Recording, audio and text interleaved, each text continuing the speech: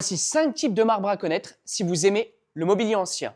Nous avons la brèche d'Alep, le gris Sainte-Anne, le bleu turquin, le blanc de Carrare et le petit granit belge.